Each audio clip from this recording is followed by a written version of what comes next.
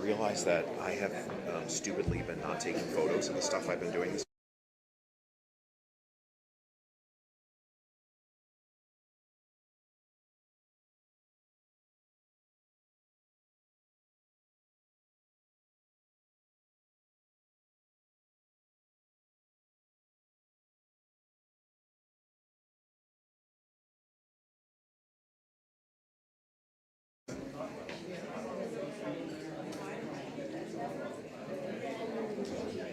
Okay, so microphones, we press on red to get that one.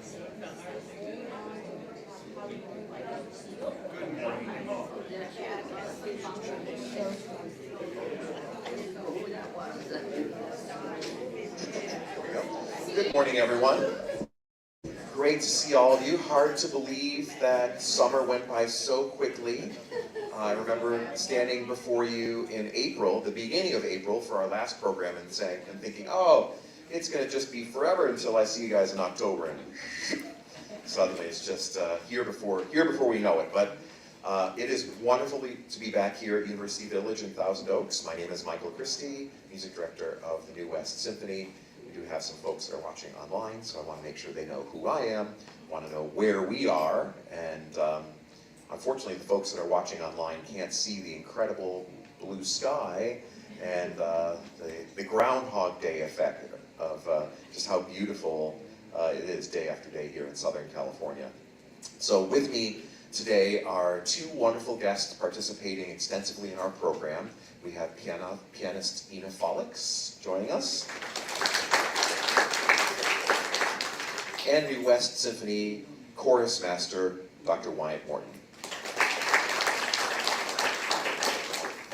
Our program this week I call a tasting menu or a tapas style event with Beethoven, because if we had tried on any level to play, say, all the symphonies or all the concertos or some combination of that, we would be doing those concerts for many years, frankly.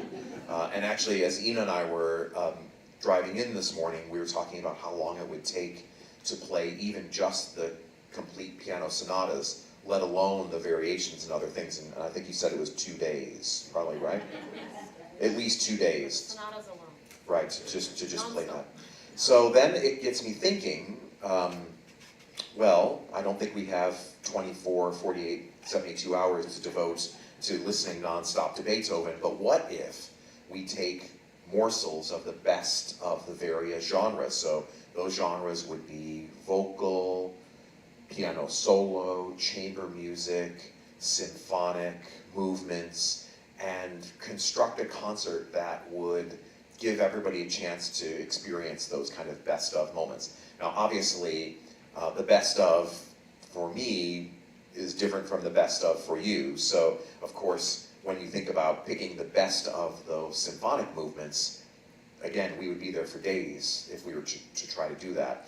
But I wanted a little bit of diversity within the style of the program, because sometimes with Beethoven, if you listen to certain part of his output, it can be kind of heavy and it's on the more kind of dour, dramatic side. And so, for example, rather than picking the beginning of Beethoven's Fifth, which of course would be an obvious choice, I thought, well, let's pick the more bucolic Pastoral Symphony first movement, because it's just a different spirit, it's more rustic, and gives us yet another different view of Beethoven.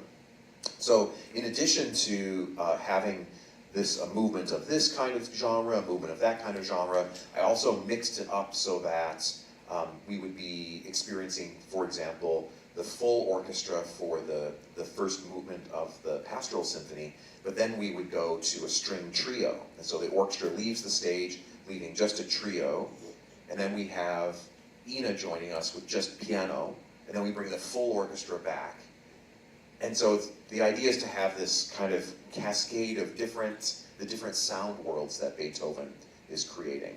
So that's the context, that's the idea. And for those of you who have been attending recently, you know that I have been interested in this idea of encores that you participate in. And so for this encore initiative, we are going to kick off the idea of the return of the symphony after our summer break, and so the Doobie Brothers wrote a song called "Listen to the Music." And I thought, well, that's a great, like, calling out to people, hey, listen to the music.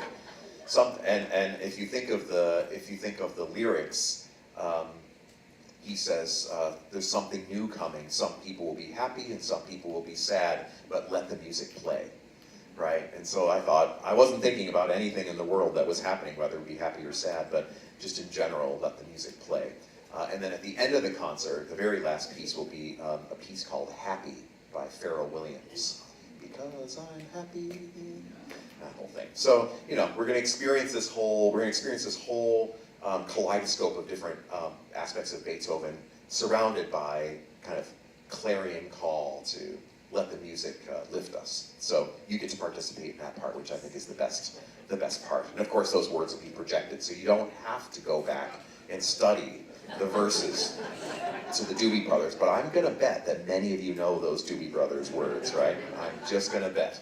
So Ina, we were talking a little bit earlier about this magnificent instrument, the piano, and all the iterations that it has experienced over the centuries, and the fact that when Beethoven was writing, he was writing during a time that the piano was transitioning from the much lighter touch harpsichord into what's called the forte piano, and then Beethoven himself was just asking and probably demanding of the piano makers for the things that would accomplish his vision.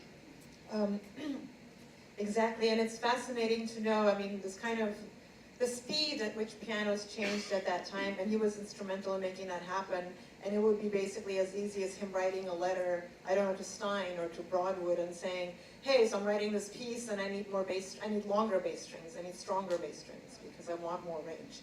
Well, okay, Mr. Beethoven, let's try to see if we can make that happen. And so just the speed at which this moved was quite incredible.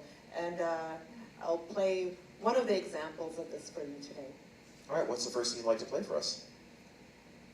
Chagrin? Okay, yeah. But or you could play Beethoven, whatever you want. well, in the immortal words of Monty Python, and now for something completely different, just as a morning wake-up call, I'll play for you a jazzy little piece by Shadrin, Rodion Shadrin, who, a composer who, long life, wonderful life in Moscow. He passed away about 2 weeks ago, actually. But this is a piece called Basso Ostinato, and it's a good wake-up call in the morning, I think.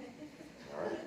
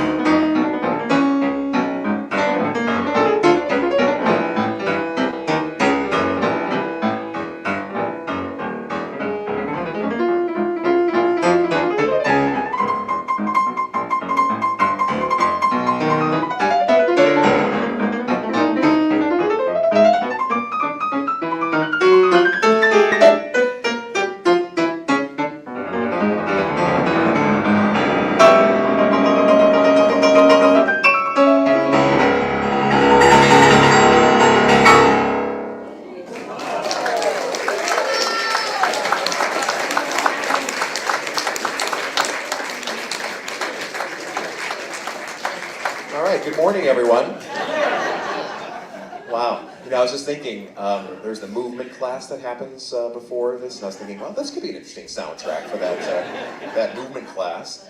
You know, I remember we did this this presentation last night at the Thousand Oaks Public Library, because we're developing a partnership with the public library, and I was thinking about that. It sounds like Morse code. Is there something going on? Is there actually something that you're aware of that he did there? Or?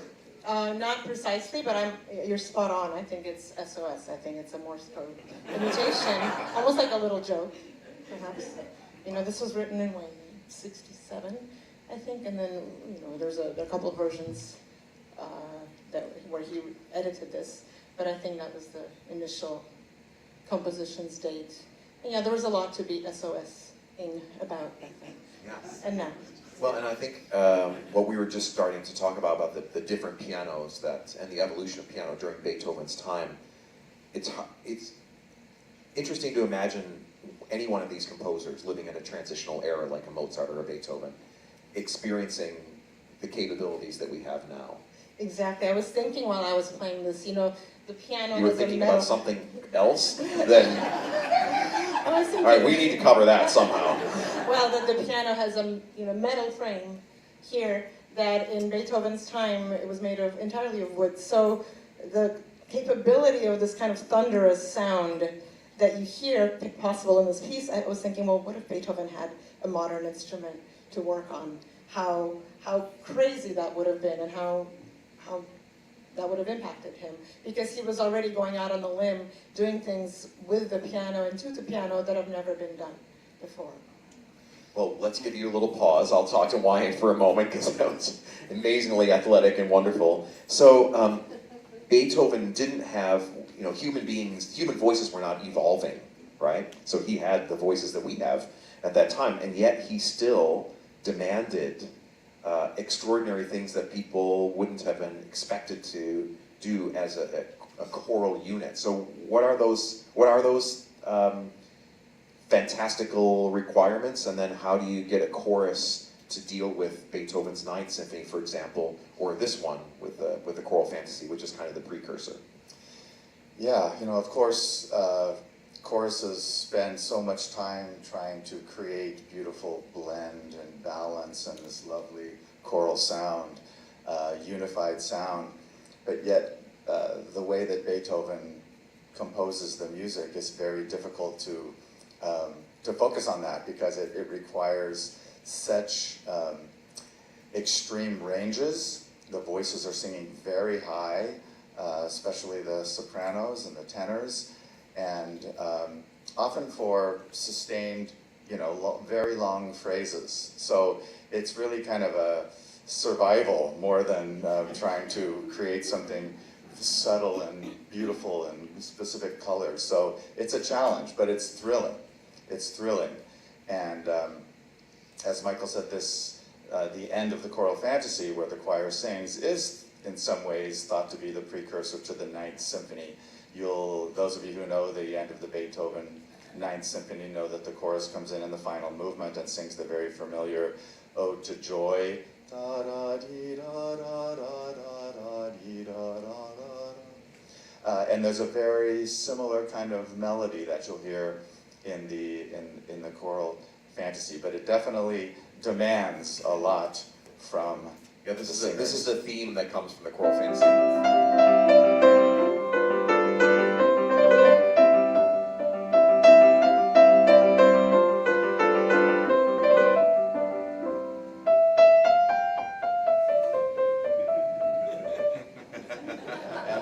I think 15 years separating the pieces, 1808 for the choral fantasy and maybe 1824 or something like that for the Ninth Symphony. So the choral fantasy comes together in the way that many of his pieces came together in a public setting, which is written at the last minute, most of it not written down, except for the other performers that were involved, and usually, as they would say, the ink was still wet. And famously in this concert, so I should back up and say that many composers during that era sought support just like artists do today. And they would put on what they were called these benefit concerts, which were put on by the artists and the proceeds would cover the expenses of the concert, and then whatever was left over, that's how they earned money to pay rent and food and all the other things that you would normally expect. And so Beethoven put on one of these concerts, and the amazing thing about these concerts was that it was a genre mix, just like what we're doing, but they'd be complete pieces. So he would actually do the premiere of an entire symphony, or in the case of one of the concerts, 2 symphonies, the fifth and sixth symphonies he did on one of these marathon concerts. But the Choral Fantasy was in a different one of these concerts, and they had had so little rehearsal time because that ink was still wet, and the musicians were already annoyed because a month earlier during one of these concerts the same thing happened, and of course they looked like the fools for the concert not working, and so they were already upset with Beethoven just as an entity, let's say, and so he hires them again, puts the same scenario in front of them, and actually it went so poorly that they had to stop and restart 2 times.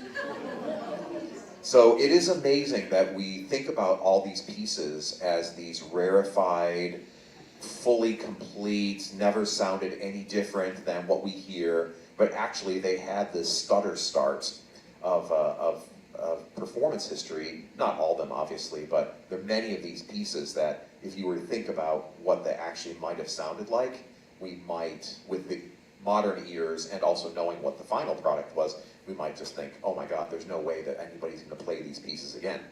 So, but of course, they go on. So one of the other things that I think is lovely about the Choral Fantasy is that it is this idea of building. So the building block starts with the piano, with this incredible fantasy. It's a couple of minutes, then it ends. The fantasy kind of does this dramatic swell, and then the strings enter softly, and then the piano, there's a little dialogue between the piano and the strings, and then there's this lovely middle section where the orchestra has this banter amongst themselves. The piano's kind of accompanying, but there's a flute solo, and the 2 oboes have this moment. There's a trio of the clarinets and the bassoon, and then there's actually a little string quartet moment that just kind of dances along. Then we lead in toward the main melody comes in, and then suddenly there's 6 vocal soloists that come from the chorus, and then the full chorus comes in. So if you just imagine, just stack, stack, stack, stack, stack. So even though it was, at the time, it struggled to be performed initially, the concept was absolutely remarkable. And I think, are you happy to play the beginning Fantasia for us? Sure, absolutely. And just imagine, everybody, can you just give us an idea, if you know, what would the piano capability have been, roughly, during the time that this piece was written, the Choral Fantasy? Well, so the piano wasn't yet at 6 octaves, and the keys would have been shallower, they would have been smaller, it would just have been less powerful. The runs, all the fast notes, would be more pingy, more kind of crisp, and it was perfect for his improvisational style, which really is what this is. But then he was gifted a Broadwood piano, a Broadwood piano came from abroad, from Britain, and it was sent to him later. I think it was in 1820 or maybe 1817. So then he really could get into his later sonatas and explore a totally different sound. So he wasn't quite there yet with this piece. It's more crisp, but he's really going for bigger chords, and he wants more sonority, I think, than actually the piano could give him at the time. And I do think there is this aspect that although we kind of see the pieces as these gems, artistic products that are just, like, it is so genius, but actually underlying that was this somewhat desperate need to be fed, right? That he has to create something that's going to entice the public to come to the concert, and then also just to kind of maintain his stature in the community. I mean, it's very human. What's the underlying part of this? Although I don't think anybody would ever say he wrote in order to be paid. You know, he wrote more flourish or more difficulty in order to kind of dazzle people, because it was just his style. But there's a humanity. I recorded one pieces, and I had a Polonaise that he wrote specifically because the Countess in Russia forgot to pay him for a string quartet. So he wrote her this ditty, this Polonaise, and sent it to her as a gift just to remind her to pay him. That was the IOU? Yeah. That was also in C major. There's also so much legend around Beethoven losing his hearing, you know, at the end of his life, and was that the reason for so much of this dramatic music, was just his own need to hear what he was writing? And I'm not sure if that's true or not, because it just seems like this was more about his expression. And, yeah. For sure. So this is what you'll hear at the end of the performance this weekend, at the beginning of the last piece. It's this fantasy, and then the orchestra would join in at the end. But you certainly get an idea of the incredible. If you imagine this being improvised in the moment, then he has to go back later and write it all down.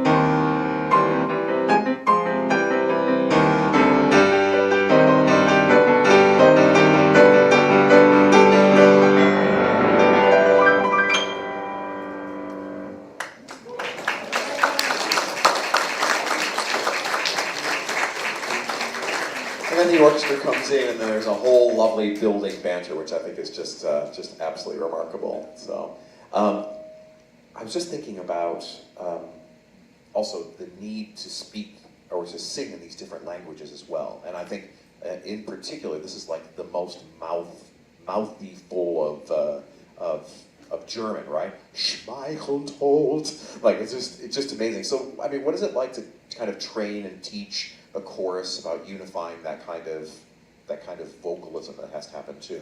Yeah, and you know, again, talking about normally we're working in this world of trying to create blend and balance, and the diction that we use, regardless of the language, is kind of incorporated into that expression. But with this music, because of the need for the text to be heard above the orchestra, to have that clarity. The singers are working very hard at sort of exaggerating the text and the diction. And German kind of lends itself to that. Anyway, you know, this piece is about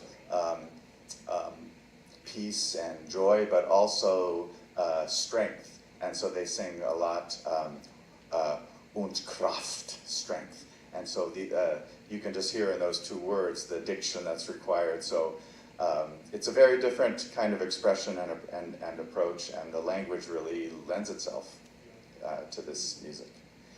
So you have been a presence in this geographical area for some 30 plus years, right? You were in charge of all the choral studies at CLU, I mean, just across the street.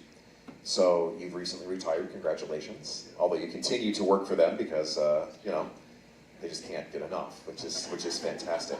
But talk, maybe just reflect a little bit about just the progression over these 30 years, because your time here at CLU mirrors the time that the New West Symphony has existed, right? You probably would have started just a year or two before New West Symphony, I think. Yeah, that's right. So I started in the fall of 1992 at Cal Lutheran. I thought it would be a good first job, and it was.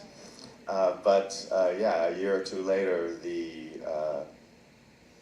Ventura Symphony and the Conejo Valley Symphonies merged to create the New West Symphony, and this coincided with the opening of the Civic Arts Plaza, where the concert will be on Saturday night.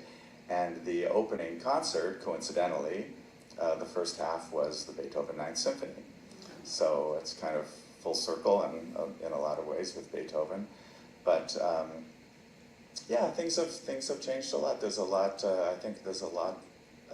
There always was support for the arts, but there are a lot more groups now in the arts, and but the community still seems to be behind all of those groups. As you know, part of the New West Symphony Chorus is a group that I conduct called Arate Vocal Ensemble, and we've been going for 17 years now, and have our first concert in November. But yeah, there's room for all of it, and it's great that there are so many lovers and supporters of the arts out here. Do you think that students that are studying music now are approaching the field differently? And I'm going to ask Ina this question too, because she's a professor at UCLA. So from the two of you, just what students, the expectations that they have coming in, have they changed? The outlook that they have going out as they head out into the world, has that changed in your experience? It has a little bit, I think, and you know, even though we offer a conservatory type of music degree at Cal Lutheran, it's in the context of a liberal arts university. So a lot of the students that are involved in music there are not necessarily pursuing music as a career. Several are, but not all of them. But in more recent years, the university also offers a degree in music production and has built a recording studio. So there's a lot more interest in that side of the music world now, both in the production side, but also singers and instrumentalists who see themselves as solo artists having the opportunity to learn how to record and be in that world too. So Ina, you have 12 students in your studio at UCLA, and I know that they're from undergraduate, so 18-year-olds through doctorate, which would probably be, what, mid-20s or so? Yes, although sometimes we get older doctorate students too, but yes, that's about the range. And so when they come in, because my daughter's a senior in high school, she's not going into music, but I can only imagine the effort that has gone into preparing for the audition as an undergrad.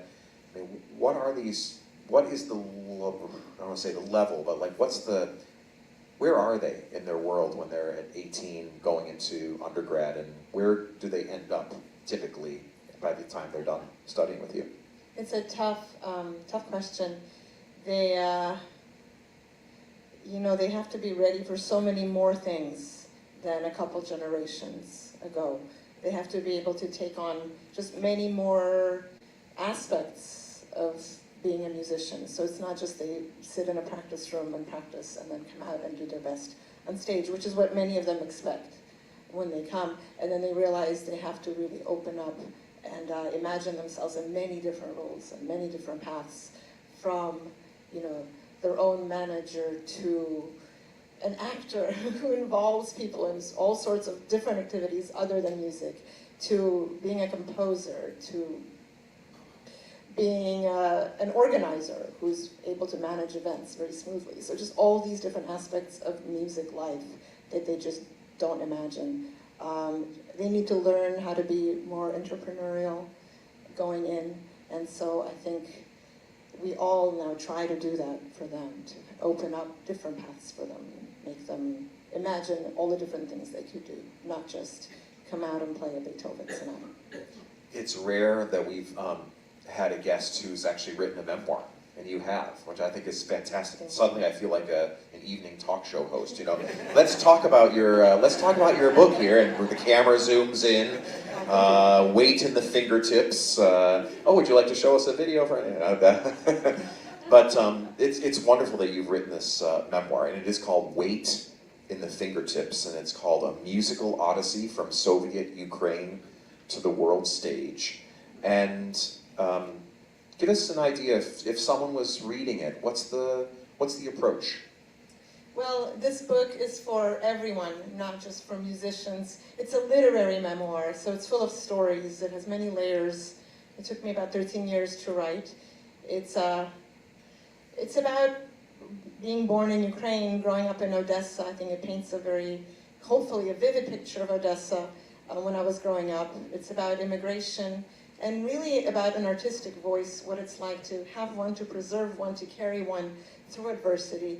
The book has a big overarching love story, because what good book, you know, what is a book without a love story, right? Anyway, there's a lot of storytelling, and I hope it's fun and funny as well. But so chapters that are stories from a life are interspersed with shorter chapters about music, which are really not theoretical or historical in any way, but are like, what does it feel like to inhabit a piece of music? So I have these short interludes. One of them is about Beethoven, actually, and it's called What's So Great About Beethoven Anyway? And it describes an instance where I played for an elementary school in the Bronx for kids in New York, and what that experience was like, how they responded to Beethoven. So you have raised two children, I think it was 11 and 14, right? Yes, exactly, in the process of raising. In the process of raising. And so born and raised here, right? Yes, my son was born in New York and my daughter was born in Los Angeles. Right. So then, what do you think, if you look back in the book and you think about your experience growing up in Odessa, you mentioned last night about poetry, and of course that you didn't have, none of us back in the 80s, 90s had phones with the world at our fingertips compared to what your children have. How would you contrast the experience that then led you to have the insight to create a literary memoir?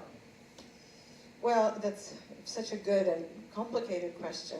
You know, of course, I think I had this incredible upbringing and what in my mind is a magical childhood in Odessa, surrounded by books and music and poetry and creativity. And of course, a part of me really wishes to recreate that for my kids, but then I realize I can't do that, and I don't have a right to do that. They have to make their own world and make their own way in this world. And having said that, I really try to limit screen time. And so they're readers. They love reading. They love books. They both play. But of course, their lives are very different than mine was. So you're mixing teaching with performing outside of UCLA. I mean, you're here. We would consider this an outside extracurricular activity, so to speak. There's a big Beethoven anniversary coming up in 2 years. In 2027 will be the 200th year when he passed, 1827. And so many of us will be looking back toward Beethoven. But how do you, when you're out there in the world outside of UCLA, what's the message that you're trying to convey to audiences in your recitals and other concerts? Thank you for asking that, Michael. it's a great joy for me to perform. I love nothing more. I love to be on stage. And for me, the most important thing is to share music, as honestly and emotionally as possible. I think it has to be immediate and raw and can never be the same way twice, performance. But also it's very important for me to make bridges between music of the past and music of today. So I try to do that in many of my programs. Somehow find a language that unites something that was written 200 years ago with something that was created today, maybe as a response to that music, or in a way an outgrowth of it. So to create these bridges that remind us that when music was written back then, it was new music. So today we have music that's being written and a lot of people are afraid of hearing it, but in a couple hundred years that will be maybe the Beethoven of today. So we just never know, and we have to be open to everything. So I think that's my message that I always try to give, is to be open and to share. Would you like to share another piece with us this morning? Sure, should I play Appassionata? Whatever you're in the mood Yeah. for. So this is the first movement of the Appassionata Sonata. Another little preview of what you'll be hearing this weekend as well.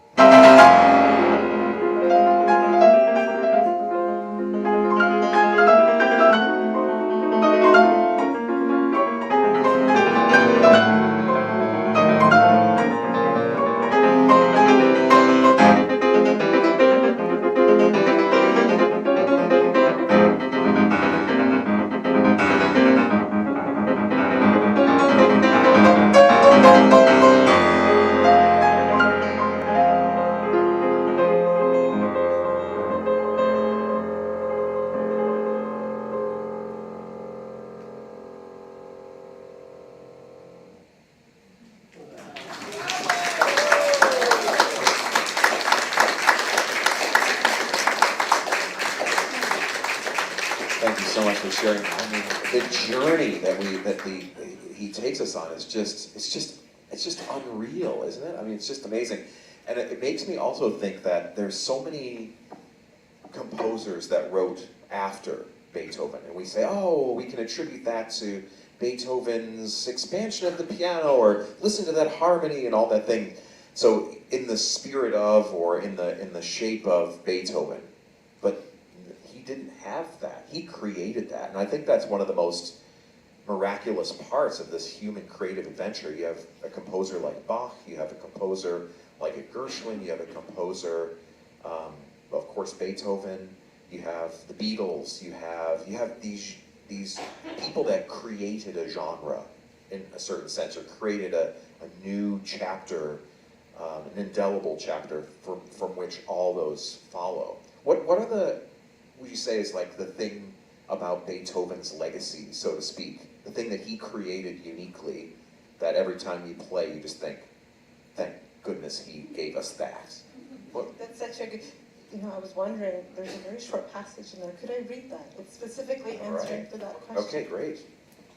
In the meantime, while you find that part, I do want to thank you, Wyant, for and the chorus for agreeing not only to sing Beethoven and learn all the German, because actually this is more of a mouthful in terms of German than the Ninth Symphony, I think, actually. The Ninth Symphony is more, I don't know, somehow it's not less compact. But also for agreeing to our little journey into the pop music world. Is the chorus feeling okay about this? Yes, when I told them we were going to be singing Pharrell, Happy, and Doobie Brothers, they thought I was joking at first, but now they're loving it. And because of the fact that Beethoven did not really write smaller choral works, there aren't a cappella choral pieces, many that are in the repertoire. It's great to be able to sing his music through the Ninth Symphony and this piece. So thank you for the opportunity. How many chorus members will be on stage this weekend? Yeah, there'll be about 70. I'm taking part in this too. I'm excited about it. Very, Horsepower. very excited. Yeah, so you trained as a singer as well, I think you said, right? I trained is a generous word, but I did minor in voice, and I love singing. And I always, whenever I give master classes, or I think about singing all the time when I play the piano, because you have to be able to sing everything you play. So there are some solo parts in the choral fantasy. So will we see you mouthing along or humming along? Yeah, maybe. Okay, all You right. never know. But, can I read Yeah, this please little do. part? So, amid unfathomable suffering, Beethoven composed some of his most joyous music. This paradox allows us to peek into the core of his creativity. Beethoven's music is not always meant to be beautiful or pleasing. It can be brutal, disturbing, purposefully excessive, rude, and simultaneously transcendent, sublime, bubbling with life, and impossible to categorize. Also, it's often really funny. Well, there you go. That's fantastic. So our next, this Best of Beethoven tapas style program will be this Saturday at Civic Arts Plaza in Thousand Oaks at 7 o'clock. And then Sunday in Camarillo at 3 p.m. David Ravitch will be giving his pre-concert talk 1 hour before. And I'm not sure if he'll dress in a Beethoven costume, but I wouldn't put it past him. So we'll have to find out what kind of shenanigans David Ravitch gets up to. But we're just so thrilled to once again feature this incredible talent pool in our midst. We have incredible leadership of Wyant Morton and the incredible contribution that these volunteer vocalists make for the chorus. We of course have our new West Symphony musicians, and then not only performing but teaching the students just down the road at UCLA, Faliks. So we're very, very grateful and celebrate this incredible convergence of talent in this community. Our next performances will be the weekend following Halloween, so keep your costumes out. So we'll be performing E.T., the movie, and that will be the film projected above the orchestra, and we're playing John Williams' full score in sync with the dialogue and all the sound effects for the film. So this would be an amazing opportunity. Of course, I know many of us have such wonderful nostalgic feeling about E.T., the movie. and the music, of course. As soon as you hear that theme, you just know that it's E.T.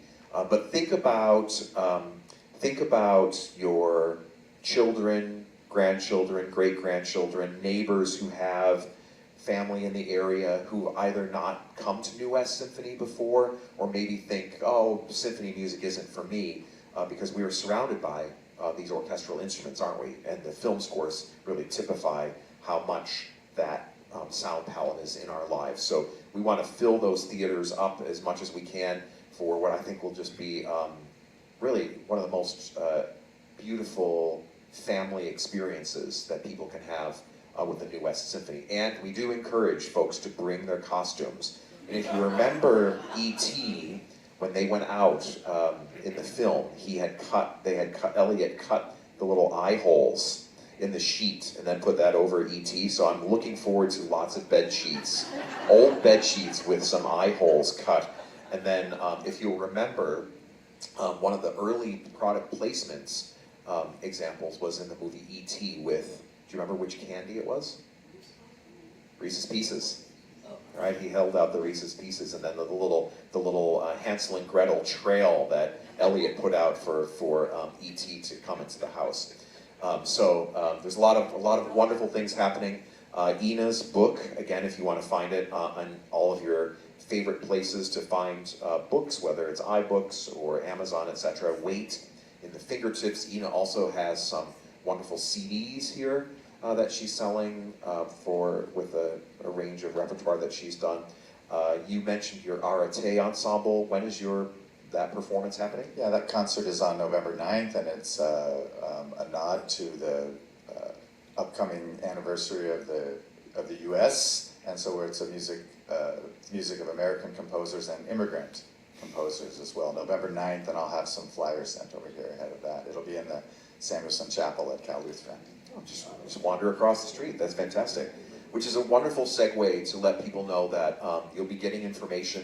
For those of you who are Camarillo subscribers, you've already seen a little bit about our next season. For those of you who are Thousand Oaks ticket buyers, information will be forthcoming about our season next year, which is going to be based on the America 250 celebration. I know that we have been mentioning this birthday for the last few years. We've been calling it the Road to 250, and now the road has arrived at the destination.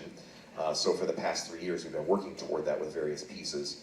And so next year, we will have some, I think, kind of cute little connections. We're going to do Brahms' First Symphony, which was premiered in 1876 when America turned 100. And the little connections like that with the standard repertoire. But then also we'll be doing the Gospel Messiah. So the two wonderful composers took Handel's Messiah and brought rhythm and blues, jazz and gospel to it, and it's called Too Hot to Handle. And I really can't wait for that. Talk about foot tapping, clapping, it's just unbelievable. We'll have the return of the circus groups with the orchestra, All-American concert, with a Los Angeles-based circus group called Troupe Vertigo. We'll have some music of Bernstein, of course, Gershwin. One concert I'm really looking forward to is a concert that looks at American vocal music through opera, musical theaters. We'll have some Sondheim, Bernstein, some Samuel Barber, Mozart, because he was writing some of his most iconic operas as America was going through its birth in the 1770s. So lots of great things coming up for New West Symphony. Do say hi to both Wyant and Ina. Ina will be selling her CDs. You might even be signing some CDs if you want, right? And I know a few of you we're going to have lunch afterwards, so I'll look forward to that as well. So we will see, hopefully, many of you at our performances this weekend. And do think about E.T. It's an amazing opportunity for the community, for your families and neighbors to experience the creativity of the New West Symphony. So thank you to you both. Thank you for your wonderful performances. Thank you for your insight. We'll see you in a month. Thank you so much.